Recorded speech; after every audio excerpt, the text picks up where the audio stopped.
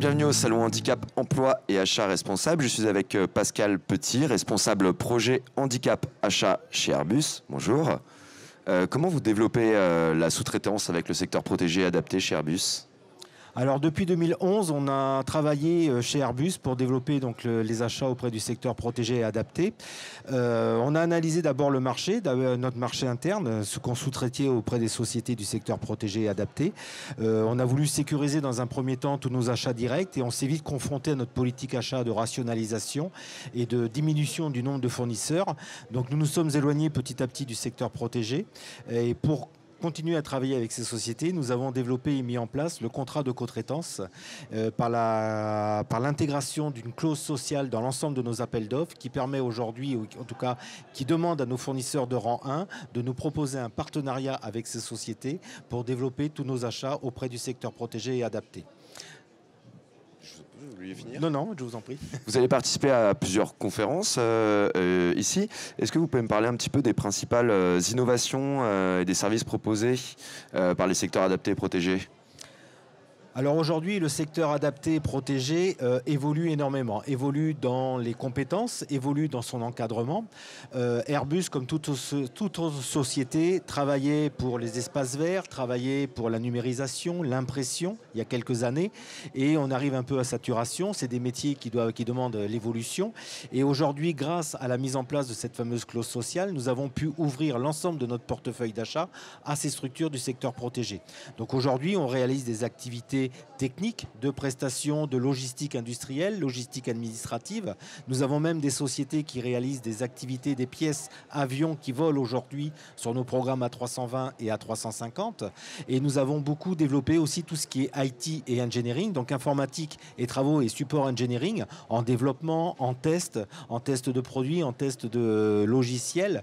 Donc aujourd'hui, l'ensemble de notre portefeuille d'achat est ouvert à ces sociétés et permet aujourd'hui d'avoir de l'innovation, d'avoir de la recherche et du développement et de pouvoir vraiment les intégrer dans notre chaîne de valeur. Et de quelle façon il se professionnalise ce secteur ?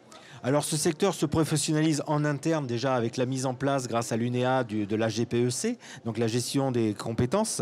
Ça permet à tous les employés de ces structures de se développer, mais grâce à la mise en place de la co-traitance également, on demande et nos prestataires de rang 1 les accompagnent, puisqu'ils sont responsables des activités, les accompagnent à la montée en compétences, à aller chercher des activités à forte valeur ajoutée, ce qui les permet de les accompagner et de leur donner toutes ces évolutions en termes de métier. Les exigences en matière d'achat, est-ce qu'elles sont attendues de la même façon des sous-traitants et fournisseurs du secteur protégé et adapté que du secteur ordinaire ? Est-ce que vous pensez qu'Airbus pourrait diminuer la qualité de ses produits parce qu'on travaille avec le secteur protégé ? La réponse est non. Aujourd'hui, et la réponse est non, tout à fait. Aujourd'hui, Airbus ne peut pas se permettre d'avoir des prestations plus chères, de mauvaise qualité et hors délai. C'est pourquoi aujourd'hui, nos prestataires que nous avons sélectionnés, prestataires du secteur protégé adapté, remplissent les mêmes exigences qu'un prestataire dit ordinaire, comme ils participent également à égalité sur les appels d'offres avec des prestataires ordinaires, ce qui leur permet de se positionner aujourd'hui comme n'importe quelle autre société et avec les mêmes garanties et les mêmes exigences que je vous ai citées. D'accord.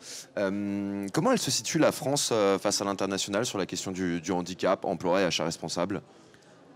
Alors la France est très moteur sur la question du handicap par rapport à ma connaissance du niveau européen. Donc chaque pays européen a ses propres obligations. Je vais parler principalement de l'Espagne et de l'Allemagne, puisque l'Angleterre, il n'y a pas de loi qui régit, et ce sont les 4 pays aujourd'hui où Airbus est présent principalement. Donc que ce soit l'Espagne, l'Allemagne ou la France, nous avons tous nos obligations d'emploi. L'Espagne et la France, on a des obligations également, on peut répondre par de la sous-traitance, contrairement à l'Allemagne. Donc aujourd'hui, comment se situe, je dirais, Airbus par rapport à l'internationalisation ? Le projet français tel que l'on l'a déployé aujourd'hui fonctionne, puisqu'on l'a lancé en 2011. On finit l'année 2016 avec plus de 30 millions de volume d'achat auprès de sociétés du secteur protégé, avec une quarantaine d'établissements sur les 2200 à peu près qui existent en France.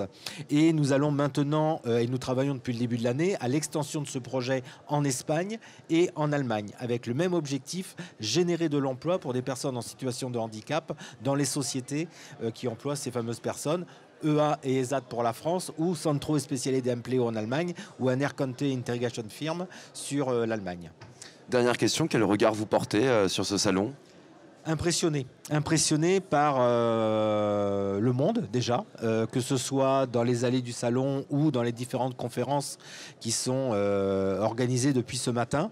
Des gens souriants qui ont envie de connaître, apprendre l'autre. Je vois qu'il y a beaucoup de gens qui viennent démarcher les stands, donc c'est très bien.